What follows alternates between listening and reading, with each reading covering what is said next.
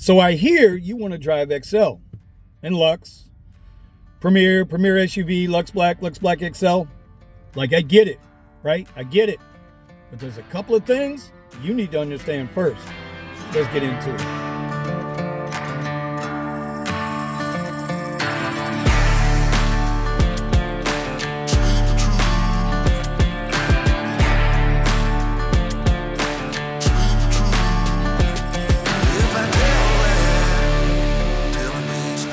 All right, so the first thing you got to determine is, are you going to still drive X and bump up to XL and have those two groupings? Or are you going to go and say, forget X, forget regular Lyft, and jump on XL plus Premier, XL plus Lux? And then are you really going to step it up and go Lux Black SUV if it's in your market? Or Uber Black if it's in your market? There's a lot of different ways you got to look at this. But those two groupings are going to be your number one thing you need to consider. That 90% of all the rides these gig apps give are X rides and regular Lyft rides and the shared, That only leaves 10% of all rides coming through. That's a huge reduction in the volume of rides you're going to get. Now, you also have to consider that 10% is going to be split up between XL, Lux, Premier, right? Yada, yada, yada. So the amount of requests that are going to come through are going to be far less. And that's huge when you consider that even though you'll make more money per ride, you're going to do a lot less rides. And I'm willing to bet that at the end of the week, you're going to find you make the same amount of money. Only difference is you spend a lot more time waiting. So you say, well, Vinny, if I'm doing less rides and making the same money, that's a good thing, right? Well, maybe, because remember now, you're not driving a $10,000, $12,000, $15,000 car anymore. Oh, no. Now you're bumping up. If you're going to stay XL and X, well, you're in a what? A Sienna, a Highlander, one of these minivans out there.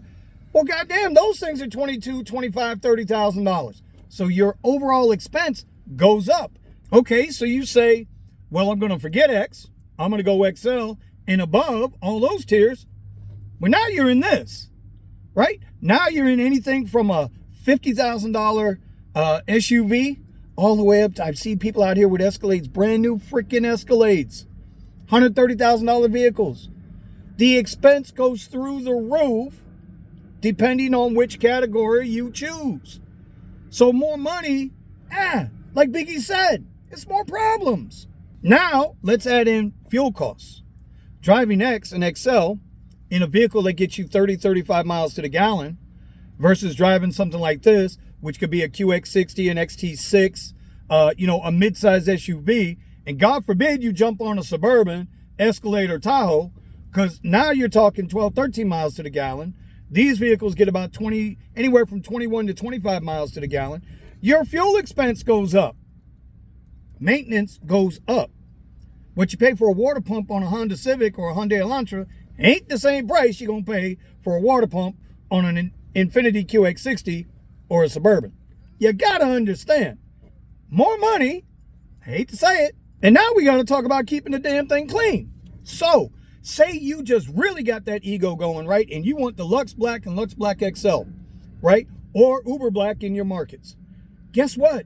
Black, while might be awesomely beautiful when she's clean and the chrome is spit shine, man, get a little dust on that sucker.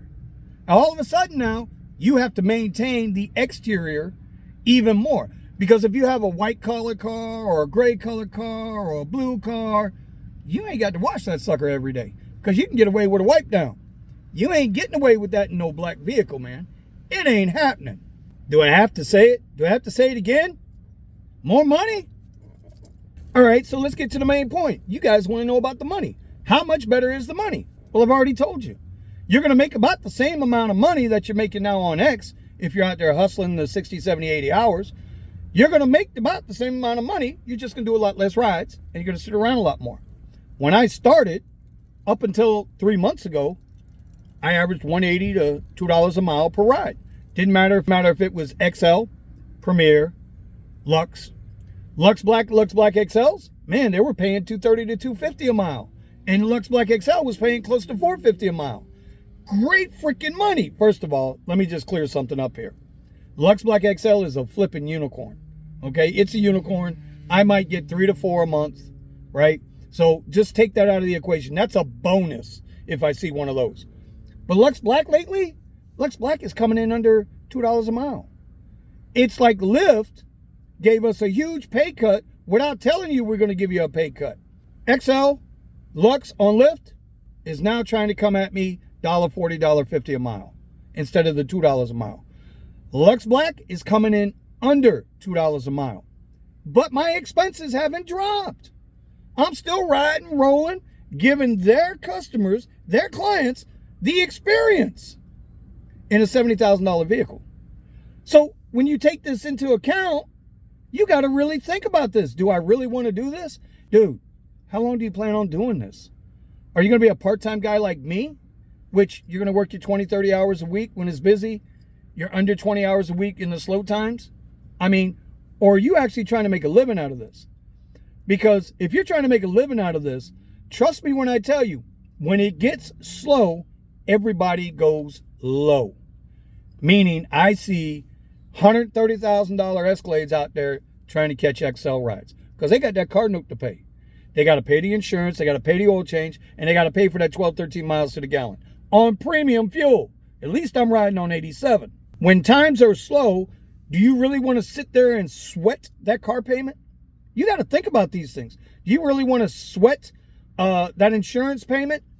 And then what happens in the middle of your slow season if the car breaks down? Well, you ain't got that big money coming in no more because it's slow, but you still got to get that vehicle fixed. Because if you don't get the vehicle fixed, you can't go out there and chase it. Listen, all I'm saying to you is really, really think about what you want to do. Think about if the juice is worth the squeeze. If you're a 6 months out the year driver, probably is. The other 6 months you do something else. But if you're trying to chase this full time, I don't know about that. Even if you're trying to chase it part time, when it slows down in the season, did you stuff enough cash away when it was busy to take care of your payments and your insurance and your maintenance for those 6 months? Things you got to think about. This is real shit out here. Like, this is real shit. Finally, I'll wrap it up by saying this. I do enjoy driving XL and above. I have learned the market. I know when and where. Most of the time, I know when and where.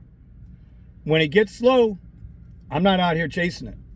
And you need to be aware that your time schedule is going to change. Your money, the way you make your money is going to change.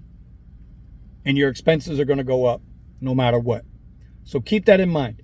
If you ask me, well, Vinny, what would you do again if you had to do it all over? I'd grab something that drove X and XL. And I'd try to make my money that way.